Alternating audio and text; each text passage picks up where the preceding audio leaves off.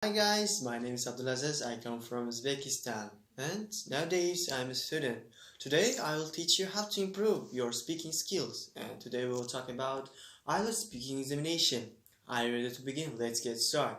So, IELTS speaking examination divides to three parts: part 1, part 2 and part 3.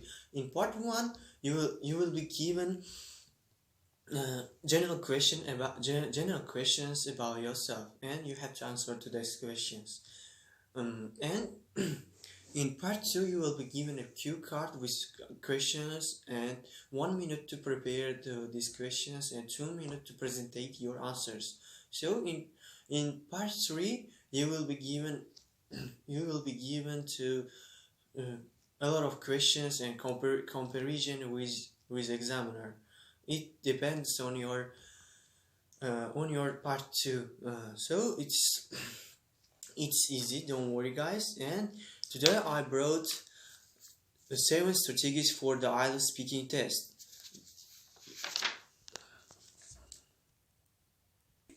So let's get started. Rule 1: don't be boring. During the period of examen, you have to be interesting, spontaneous. So don't be boring. If examiner asks you, hello, how are you? If you answer like this, I'm fine, I'm okay, it's boring. You have to answer like that. For example, hello, how are you? And you have to answer, I'm doing well, but I have to admit that I feel a bit nervous. So, because it's my first examination, and it's interesting, it's spontaneous. So you can answer like this. It's more interesting than I'm doing well. So rule 2 and rule 3, it's very important. Describe, give details, and develop and connect. So if you will given some questions, general questions, you have to answer with a lot of sentences, not just like one sentence. And you have to use linking words. For example, in addition, what's more, beside this, moreover, on top of this, on the other hand, and something like that. You can just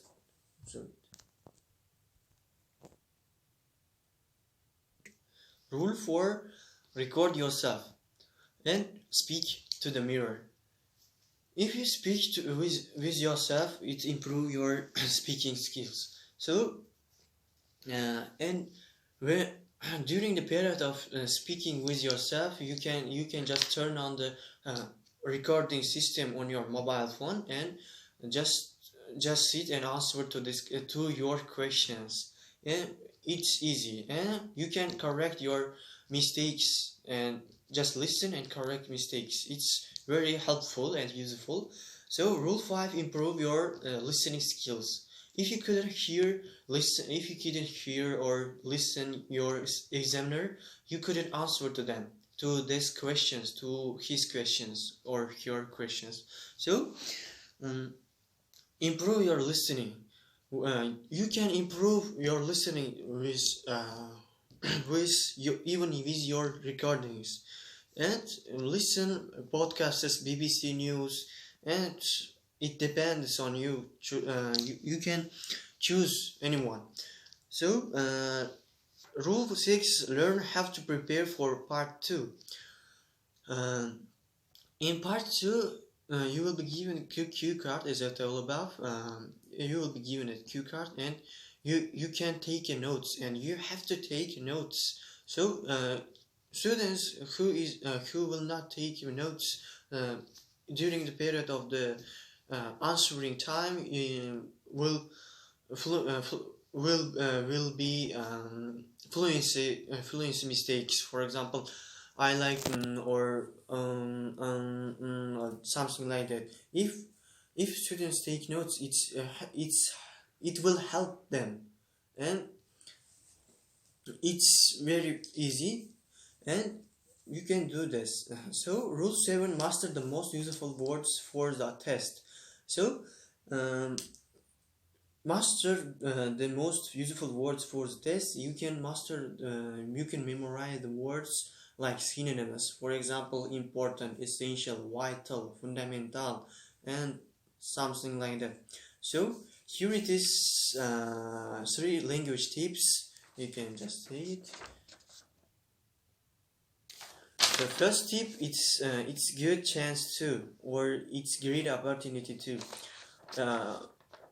This is equal idioms. You can use it when you are answering to this question, to examiner's question.